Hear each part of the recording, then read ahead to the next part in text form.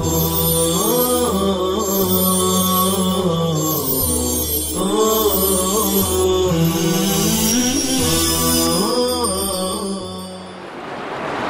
الله الرحمن الرحيم. الحمد لله رب العالمين والعاقبة للمتقين والصلاة والسلام على سيد الأنبياء والمرسلين سيدنا وحبيبنا وحبيب رب العالمين محمد وعلى آله وأصحابه ومن هدى بهديه إلى يوم الدين.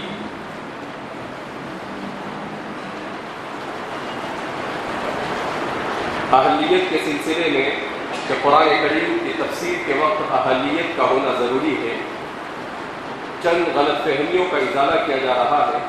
ان میں سے سب سے پہلی غلط فہمی یہ کہ قرآن جب اپنے بارے میں وَلَقَدْ يَسَّرْنَا الْقُرْآنَ لِلذِّكْرِ فَهَلْ مِن مُدَّكِرٍ کہتا ہے، پھر اس کے بعد اس کے لیے 14 علوم کی شرط لگانا کہاں تک درست ہے، تو بیان کیا گیا کہ قرآن کی وہ آیتیں جو تذکیر کے لیے ہے، برائے تذکیر ہے، وہ آسان ہے، اور قرآن برائے تفسیر یہ آسان نہیں بلکہ مشکل ہے، بلکہ مشکل ترین ہے۔ دوسری غلط فہمی علماء کی اجارہ داری۔ بعض لوگ یہ اعتراض اٹھاتے ہیں کہ قرآن کریم تمام انسانوں کے لیے ہدایت کی کتاب ہے، لہذا ہر شخص کو اس سے اپنی سمجھ کے موافق فائدہ اٹھانے کا حق حاصل ہے، اور اس کی تشریح اور تفسیر پر صرف علماء کی اجارہ داری قائم نہیں کی جا سکتی۔ اصل میں علم دین کا حصول یہ اپنے اندر مجاہدے کا متقاضی، علم دین کا حصول یہ اتنا آسان نہیں۔ لیس الکرامۃ تمرا انت آکلہ انما المجد من تعلق الصبر، کہ آدمی یہ سمجھتا ہے کہ بزرگی کھجور ہے، کھا لے گا اور بزرگ بن جائے گا، تو ایسا نہیں ہے۔ صفت صبر سے جو متصف ہوتا ہے اسے علم دین میں مہارت حاصل ہوتی ہے۔ تو اس لیے عربی کے کسی کہنے والے نے کہا لیس المجد تمرا انت آکلہ انما المجد من یتعلق الصبر۔ اب بہت سارے لوگ ایسے ہیں کہ جو محنت نہیں کرنا چاہتے، اور وہ یہ چاہتے ہیں کہ قرآن کریم کی تفسیر کرنا شروع کر دیں، تو ظاہر سی بات ہے کہ کسی بھی اچھی سے اچھی چیز کے حصول کے لیے اتنی ہی زیادہ محنت کرنی پڑتی ہے۔ اب جب ان سے یہ کہا جاتا ہے کہ اگر آپ کو تفسیر کرنا ہے تو اس کے لیے علماء کے پاس جا کر علم سیکھنا پڑے گا، زانو تلمس طے کرنا پڑے گا، تو وہ کہتے ہیں کہ یہ تو ایسا ہو گیا جیسے دنیا کے دیگر مذاہب میں کہ نصارہ کے یہاں پر پوپ کے پاس علم ہوتا ہے، ہندوؤں کے یہاں پر پنڈتوں کے پاس علم ہوتا ہے، یہودیوں کے یہاں پر ان کے علماء کے پاس علم ہوتا ہے، تو مسلمان بھی یہی بات کہتے ہیں۔ تو دونوں میں بڑا فرق ہے، علماء کی اجارہ داری نہیں ہے۔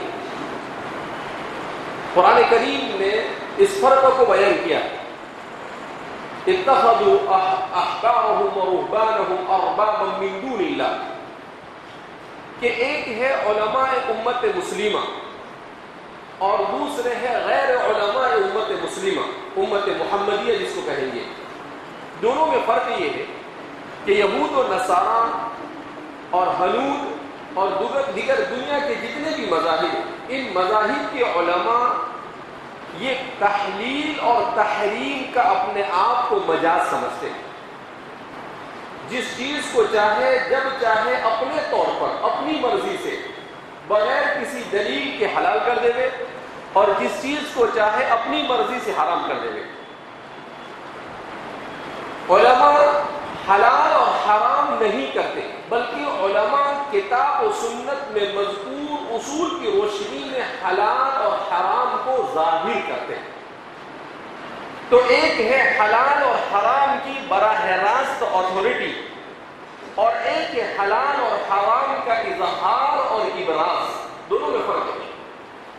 علماء کوئی بھی مسئلہ آتا ہے تو اس مسئلے کو کتاب و سنت کے اصول پر جانچتے ہیں اور پھر اس کے بعد اس پر حلت اور حرمت کا حکم لگاتے ہیں. تو یہ حکم علماء کا اپنا نہیں بلکہ یہ حکم کتاب و سنت کا حکم ہے. اس لیے کہ تحلیل اور تحریم کی اتھارٹی یہ صرف اور صرف اللہ کے پاس ہے. اللہ کے علاوہ کسی کو یہ اتھارٹی حاصل نہیں ہے. اللہ نے اس کے لیے اصول و ضوابط کو کبھی سنت رسول صلی اللہ علیہ وسلم میں بیان کیا تو کبھی کتاب اللہ میں بیان کیا. تو علماء صرف اس کی روشنی میں حلال اور حرام کا حکم کا اظہار کرتے ہیں, اسے ظاہر کرتے ہیں. اس لیے یہ کہنا کہ علماء کی اجارہ داری ہے یہ ناانصافی ہے, حقیقت پر مبنی نہیں ہے بلکہ ایک قسم کا گویا کہ علماء کے ساتھ عناد ہے. تو اس لیے لیکن یہ بھی انتہائی سطحی اور جذباتی اعتراض ہے جسے حقیقت پسندی اور معاملہ فہمی سے دور کا بھی واسطہ نہیں. قرآن کریم بلا شبہ تمام انسانوں کے لیے سرمایہ ہدایت ہے, لیکن اس سے یہ کیسے لازم آ گیا کہ ہر ان پڑھ جاہل بھی اس سے دقیق قانونی اور کلامی مسائل کا استنباط کر سکتا ہے. اور اسی مقصد کے لیے کسی قسم کے صفات اہلیت درکار نہیں ہے. اس کی مثال یوں سمجھیے کہ کوئی ماہر قانون, فلسفی یا ڈاکٹر اگر اپنے فن پر کوئی کتاب لکھتا ہے تو ظاہر ہے کہ اس کا منشا پوری انسانیت کو فائدہ پہنچانا ہی ہوتا ہے. اب اگر کوئی ایسا شخص جو ان علوم و فنون کے مبادی سے واقف نہیں ہے کھڑا ہو کر یہ اعتراض کرنے لگے کہ یہ کتابیں تو پوری انسانیت کے فائدے کے لیے لکھی گئی تھی, ان پر ماہرین قانون, فلسفیوں اور ڈاکٹروں نے اپنی اجارہ داری کیوں قائم کر دی؟ ہر فن میں ایسا ہوتا ہے, جو ماہر ہوتے ہیں بہرحال ماہر کو امام مانا جاتا ہے. جو بھی جس فن کا ماہر ہو, چاہے سائنس کا ماہر ہو تو کبھی نیوٹن کا نام لیا جاتا ہے, کبھی ڈارون کا نام لیا جاتا ہے, کبھی فرائڈ کا نام لیا جاتا ہے, کبھی آئنسٹائن کا نام لیا جاتا ہے. تو یہ اپنے فن کے ماہرین ہیں. تو ایسا تو کسی نے نہیں کہا ان کے بارے میں کہ انہوں نے سائنس پر اجارہ داری قائم کر لی. تو اس لیے جو جتنی محنت کر کر جس فن پر پکڑ اور مہارت حاصل کرے گا, ظاہر سی بات ہے کہ اسے اس فن میں مقبولیت حاصل ہوگی اور اس کو اس فن کا ماہر سمجھا جائے گا. اسے اجارہ داری تو کہا جا سکتا نہیں. تو یہی صورتحال علماء کی ہے کہ علماء نے محنت اور جد و جہد کر کر اتنے سارے علوم پر مہارت حاصل کر کر کتاب اللہ کو سمجھنے کی اور اللہ کی مراد تک پہنچنے کی سعی اور کوشش کی ہے. اور اسی سعی اور کوشش کی روشنی میں انہیں ماہر ہونے کی وجہ سے مفسر بننا پڑا, بن گئے وہ. اب ظاہر سی بات ہے, اب اگر ان کو مفسر بن گئے وہ اپنی محنت اور اللہ کی توفیق سے, تو آپ اسے اجارہ داری کیسے کہہ سکتے ہیں؟ ورنہ تو زندگی کا کوئی بھی شعبہ اس قسم کی اجارہ داری سے خالی ہوگا نہیں. اگر کسی کتاب سے کما حقہ فائدہ اٹھانے کے لیے اہلیت کے کچھ صفات مقرر کرنا اجارہ داری قائم کرنے کی تعریف میں آتا ہے تو پھر دنیا کے کسی علم و ہنر کو جاہلوں اور اناڑیوں کے دسترس سے محفوظ نہیں رکھا جا سکتا. دراصل علم و فن کی ہر کتاب انسانیت کو فائدہ پہنچانے کے لیے ہوتی ہے, لیکن اس سے فائدہ اٹھانے کے دو ہی طریقے ہیں. یا تو انسان اس علم اور فن کو باقاعدہ ماہر اساتذہ سے حاصل کرے اور اس کے لیے جو محنت اور جتنا وقت درکار ہے اسے خرچ کرے. اور اگر وہ ایسا نہیں کر سکتا تو جن لوگوں نے اس علم و فن کو حاصل کرنے کے لیے اپنی عمریں کھپائی ہے ان میں سے جس پر زیادہ اعتماد ہو اس کی تشریح اور تفسیر پر بھروسہ اور اعتماد کرے. ان دو راستوں کے علاوہ جو شخص کوئی تیسرا راستہ اختیار کرے گا وہ اپنے اوپر بھی ظلم کرے گا اور متعلقہ علم اور فن پر بھی. بالکل یہی معاملہ قرآن اور سنت کا بھی ہے کہ وہ بلا شبہ پوری انسانیت کے لیے دستور ہدایت ہے, لیکن ان سے ہدایت حاصل کرنے کے بھی دو ہی طریقے ہیں. یا تو انسان ان علوم کو ماہر اساتذہ سے باقاعدہ حاصل کر کے ان میں پوری بصیرت پیدا کرے, یا پھر ان لوگوں کی تشریح اور تفسیر پر اعتماد کرے جنہوں نے اپنی زندگیاں ان علوم کے لیے وقف کی ہے. اس سے 100% معقول اصول کو جس پر دنیا کے ہر علم و فن کے معاملے میں عمل کیا جاتا ہے, اجارہ داری کا تانا دینا سوائے سطحی جذباتیت کے اور کیا ہو سکتا ہے؟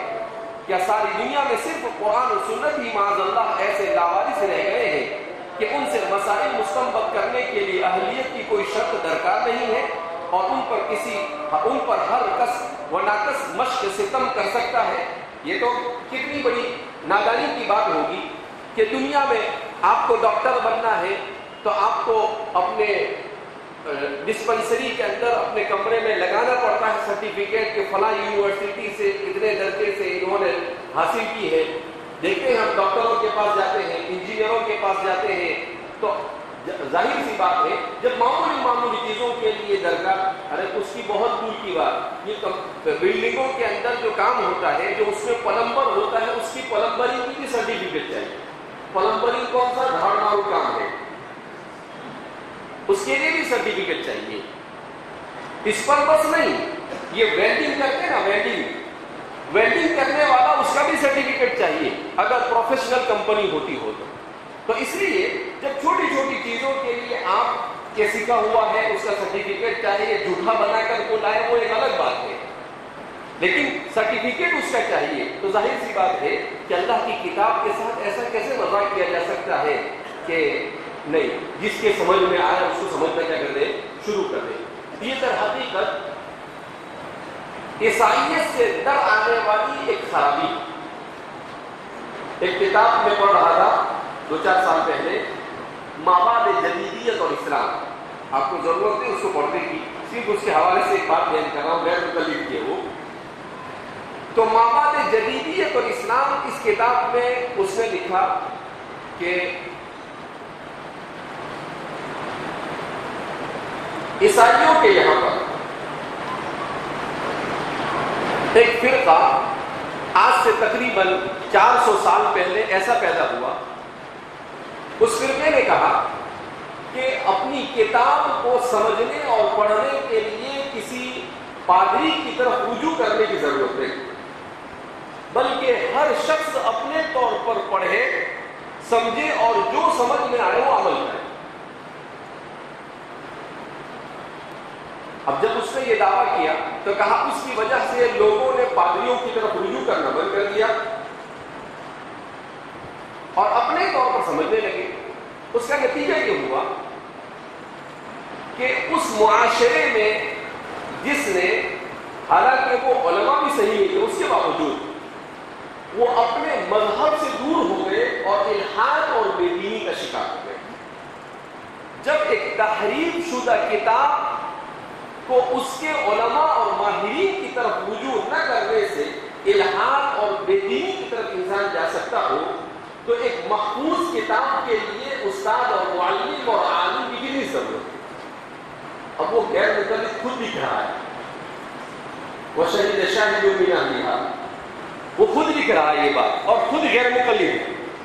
میں نے کہا کہ کم سے کم نقل را عقل باید, نقل کیا تو عقل سے کام لیتا. یہ بھی نہیں سوچا کہ یہ اصول ہمارے اوپر ہی فٹ ہو رہا ہے, اس لیے کہ یہ بات تو ہم ہی کہتے ہیں کہ بھائی کسی امام کی تقلید کرنے کی ضرورت نہیں ہے, کتاب و سنت کو ہر آدمی پڑھے اور اپنے طور پر عمل کرنا کیا کر دے گے, شروع کر دے گے. تو ان پر یہ فٹ ہوتی ہے, چسپا ہوتی ہے. تو اس کا مطلب یہ کہ بدعت وہاں سے مارٹن لوتھر, یہ ایک آدمی گزرا ہے عیسائی مذہب کی تاریخ میں, اس نے اس تحریک کو شروع کیا تھا کہ بھئی کسی کی طرف رجوع نہ کرنا, ہر آدمی اپنے سے پڑھے اور اپنے سے کلہم مجتہدون, سب مجتہد بن جاؤ. یہ بھی سب کو مجتہد بنانے بیٹھے اور وہ بھی مجتہد بنانے بیٹھے. علماء اور پاپائیت, مذکورہ اعتراض ہی کو قدر مختلف عنوان سے بعض لوگ اس طرح تعبیر کرتے ہیں کہ اسلام میں پاپائیت کی کوئی گنجائش نہیں ہے.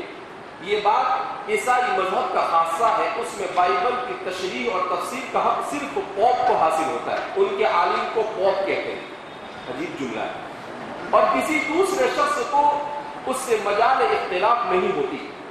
اسلام نے پاپائیت کی جڑ کاٹی ہے, لہذا یہ کیسے ممکن ہے کہ اس دین فطرت میں بھی قرآن کریم کا تفسیر کا سارا حق علماء کے ایک مخصوص طبقے کے حوالے کر دیا جائے. یہ اعتراض ہے جدت پسندوں کا, بلکہ اباحیت پرستوں کا.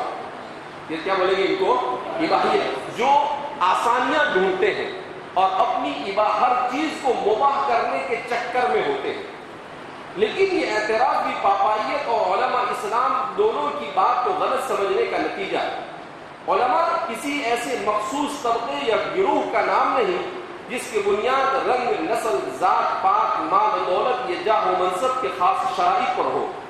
نہ علماء کسی ایسی لگی بندی تنظیم کا نام ہے جس کا رکن بنے بغیر انسان عالم کہلانے کا مستحق نہ ہو، بلکہ علم و فضل اور سیرت و کردار کی کچھ مخصوص صفات کا حامل ہر شخص عالم دین ہے، خواہ وہ کسی خطے سے تعلق رکھتا ہو، کوئی زبان بولتا ہو اور نسب کے اعتبار سے کسی بھی خاندان سے وابستہ ہو۔ اس لحاظ سے اسلام کے علماء اور عیسائیت کے پاپاؤں میں مندرجہ ذیل واضح فرق موجود ہے۔ نمبر 1، پاپائیت ایک ایسے پیچیدہ مذہبی نظام کا نام ہے جو ایک لگی بندی عالمگیر تنظیم میں جگڑا ہوا ہے۔ اس میں بے شمار عہدے اور منصب ہیں۔ ان عہدوں اور مناصب پر فائز ہونے والوں کی تعداد مقرر ہے۔ ہر عہدہ اور منصب پر کسی شخص کا تقرر کچھ معین انسان کرتے ہیں اور وہی اس کو فرائض اور اختیارات تفویض کرتے ہیں۔ کوئی شخص محض اپنی ذات، اہلیت، علم و فضل یا سیرت اور کردار کی بنیاد پر لازماً اس تنظیم میں کوئی عہدہ حاصل نہیں کر سکتا، جب تک کہ اس تنظیم کے ارباب اقتدار اسے نامزد نہ کرے، اور جب تک وہ اس تنظیم میں کوئی عہدہ حاصل نہ کرے۔ مذہبی معاملات میں اس کی ہر رائے قطعی غیر مؤثر ہے، خواہ وہ علم و فضل کے کتنے ہی بلند مقام پر فائز ہو۔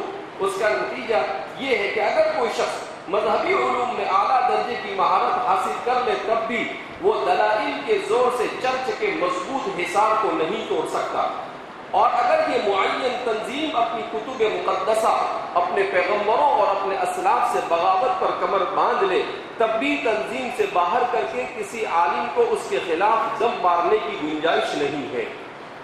تو یہ پیٹ بھرنے اور جیب بھرنے کا ایک نظام، نظام مل الپیٹی و مل الجیب، بطن اور پیٹ کو بھرنے کا ایک نظام ہے۔ ان کے یہاں پر چلتا ہے کہ منصب پر اتنے لوگ ہونے چاہیے، ایسی گھناؤنی حرکتیں کرتے ہیں ان کے پاپ لوگ۔ وہ ایک مصنف ہے، انہوں نے کتاب لکھی ہے عیسائی پادریوں کے کالے کرتوت، چھوٹی موٹی نہیں، 400-500 صفحے کی کتاب، اتنی خطرناک کتاب کے آدمی پڑھے تو حیران ہو جاوے کہ یہ انسان بھی دے کہ جانور سے بدتر ہے، ایسی بری حرکتیں کرتے ہیں۔ اس کے برخلاف علماء اسلام کے کسی بھی زمانے میں اس نوعیت کی کوئی عالمگیر تنظیم نہیں رہی۔ اس میں داخلے کے بغیر مذہبی معاملات میں لب کشائی ممنوع ہو، جس کے عہدوں کا دائرہ اختیار خاص ہو اور جن میں تقرر کا فیصلہ کچھ مخصوص افراد کرتے ہو۔ اس کے بجائے ہر وہ شخص جس نے ماہر اساتذہ کی زیر نگرانی قرآن و سنت اور متعلقہ علوم میں بصیرت اور اصلاح اور تقوی پیدا کر لیا، وہ عالم دین کہلانے کا مستحق ہو جاتا ہے۔ مذہبی معاملات میں اس کے فرائض اور اختیارات کا تعین معدود چند انسانوں کا کوئی گروہ نہیں کرتا، بلکہ اس کے علم و تقوی کی بنیاد پر عام مقبولیت اس کا فیصلہ کرتی ہے۔ چرچ کے ارباب بست و کشاد اپنے عہدے پر اور منصب کے زور پر اپنی بات منواتے ہیں، اور ایک مسلمان عالم اپنے علم و فضل اور اپنے کردار کی قوت سے یہ مقام حاصل کرتا ہے۔ وہاں چرچ کے متشدد قوانین کسی شخص کو واجب الاتباع اور قابل تقلید قرار دیتے ہیں، اور یہاں اس معاملے میں اصل فیصلہ کن قوت امت کا اجتماعی ضمیر ہے۔ کلیسا کا عہدہ، کلیسا کے عہدیداروں کے ایک تعداد مقرر ہے، اور اس تعداد کا پورے ہو جانے کے بعد کوئی شخص کتنا ہی بڑا عالم ہو اپنے زمانے کے کلیسا کے کسی فیصلے سے اختلاف نہیں کر سکتا۔ میں نے کہا وہی حلال اور حرام کی ساری اتھارٹی ان کے پاس ہوتی ہے۔ اس کے برعکس علماء دین کی کوئی تعداد مقرر نہیں۔ علم دین کی ضروری شرائط پورے کرنے کے بعد ہر شخص عالم دین کے حقوق حاصل کر سکتا ہے۔ یہ ہے سب سے بنیادی فرق۔ دوسرا فرق، پھر کلیسائی نظام میں مذہب اور عقائد کی تشریح اور تفسیر کے تمام اختیارات فرد واحد پر مرکوز ہوتے ہیں، جسے پوپ کہتے ہیں۔ اس پوپ کو مذہب کے کروڑوں پیروکاروں میں کل 70 کارڈینل منتخب کرتے ہیں، یعنی دوسرے نمبر پر کارڈینل ہوتے ہیں۔ تو 70 کارڈینل واٹ آیا یہاں پہ صبح والا ووٹنگ کرتے ہیں اور پھر منتخب کرتے ہیں۔ اس قوم کے اختیارات اس قوم کے اختیارات یہ ہے کہ وہ رئیس الحواریین جناب پطرس کا تنہا خلیفہ ہے، تمام مذہبی معاملات میں آخری اتھارٹی ہے، مذہب کی تشریح کے معاملے میں ہر مسیحی کے لیے واجب الاتباع ہے، اس کی زبان قانون کی حیثیت رکھتی ہے اور کسی بڑے سے بڑے عالم کو اس سے اختلاف کا حق نہیں پہنچتا۔ انسائکلوپیڈیا آف باٹانیکا میں اس کے اختیارات کی تشریح ان الفاظ میں کی گئی ہے، لہذا قوم عقائد اور نظریات کے معاملے میں مقتدر اعلیٰ ہونے کی حیثیت سے اس استناد اتھارٹی اور اسے معصومیت انفالبلٹی کا حامل ہے۔ جس طرح پورا کلیسا وہ قانون ساز جج کی حیثیت وہ تمام اختیارات رکھتا ہے جو پوری کلیسا کو حاصل ہے۔ میں نے کہا نا وہ اللہ کی جگہ پر بٹھا دیتے اس کو، وہ جو چاہے وہ کرے۔ غور فرمائیے کہ پوری تاریخ اسلام میں آج تک کسی بھی عالم دین نے کبھی اس مطلق العنانی کا دعویٰ کیا، پوری اسلام کی 1400 سالہ تاریخ میں کبھی ایسا ہوا نہیں، بلکہ ہمارے یہاں تو یہ کہتے ہیں کہ بادشاہوں کے ساتھ جو زیادہ رہتے ہیں اس کو کہتے ہیں علماء السلاطین، کہ یعنی وہ متہم ہو جاتا ہے۔ امام صاحب نے کہ قاضی القضاء کے منصب کو لینے سے اسی لیے انکار کیا کہ میں نہیں لوں گا، جیل میں گئے، زہر دے کر مار دیے گئے، مگر قاضی بننے کو آپ نے قبول کیا نہیں۔ نمبر 3، پھر عیسائی عقائد کے مطابق پوپ نظریاتی مسائل کا اعلان کرتے ہوئے معصوم اور خطاؤں سے پاک ہوتا ہے، چنانچہ برطانیکا میں ہے، لہذا پوپ کے 2 مخصوص امتیازات ہیں۔ ایک یہ کہ جب وہ مقتدر اعلیٰ ہونے کی حیثیت سے عقائد کے بارے میں کوئی اعلان کرے تو وہ معصوم اور غلطیوں سے پاک ہوتا ہے، اور دوسرا یہ کہ وہ مذہب کے تمام پیروکاروں پر حاکمانہ اختیار کامل رکھتا ہے۔ یہ دونوں استحقاقات جن کا دعویٰ اور استعمالی صدیوں سے پوپ کرتے آئے ہیں، ان کو جولائی 1870 کی ویٹیکن کونسل میں واضح دستوری شکل بھی دے دی گئی ہے، یعنی ان کے مذہب کا ایک اٹوٹ حصہ ہے۔ اس کے برخلاف تمام علماء اسلام کا متفق عقیدہ ہے کہ انبیاء کرام علیہ السلام کے بعد کوئی فرد معصوم نہیں اور ہر ایک سے غلطی ہو سکتی ہے۔ چنانچہ علماء اسلام پوری آزادی سے ایک دوسرے پر تنقید کرتے آئے ہیں، اور یہ سلسلہ اہل صحابہ کرام رضوان اللہ تعالی عنہم مجمعین سے اب تک جاری و ساری ہے۔ اسی کا نتیجہ ہے کہ کوئی مشہور سے مشہور عالم اگر قرآن اور سنت کی تشریح میں کوئی غلطی کرے تو دوسرے تمام علماء اس کی گرفت کر کے امت کو اس کے نتائج بد سے محفوظ کر سکتے ہیں۔ یہاں پر کوئی بھی کتنا بھی بڑا اسمارٹ نہ ہو، غلطی کرے تو فوراً اسی پہ کی جاتی ہے، گرفت کی جاتی ہے کہ بھئی آپ نے یہاں پر کیا کی ہے، غلطی کی ہے۔ تو اس لیے اس طرح سے کہنا کہ علماء میں اور قوم کے اندر میں کوئی فرق نہیں ہے، یہ حقیقت سے ناواقفیت اور جہالت، اور بعض لوگ تو جہالت نہیں جان بوجھ کے ایسا کرتے ہیں، ان کو چھوٹ چاہیے۔ ابھی علماء ان کو جو کہے وہ جائز کہنا شروع کر دے گے تو بہت اچھے، کہاں ہاں یہ مولانا اچھے اپنے کہ جو مسئلہ بھی اپنے کو حرام کو حلال کرنا ہو تو کیا کر کے دے دیتے ہیں۔ تو ہمارے یہاں بھی کچھ لوگ ہوتے ہیں ایسے، پیسے لے کے فتویٰ دیتے ہیں، لیکن ایسے لوگوں کو کوئی سنتا نہیں، جن کو اپنی مرضی سے چلانا ہو، ایسے لوگوں کو امت میں مقبولیت حاصل ہے، اور ایسے بہت کم، معدود چند الشاذ والنادر کالمعدوم کے قبیل سے ہوتے ہیں، وہ خود بھی معدوم ہوتے ہیں۔ لہذا اس بنا پر یہ غلط فہمی کہ تفسیر کو یہ سمجھنا کہ یہ صرف علماء نے اس پر اجارہ داری قائم کی، ایسا نہیں ہے، اس کے لیے محنت جد و جہد کر کر حاصل کیا، لہذا انہیں کو اس کی اتھارٹی کیا ہوگی، حاصل ہوگی۔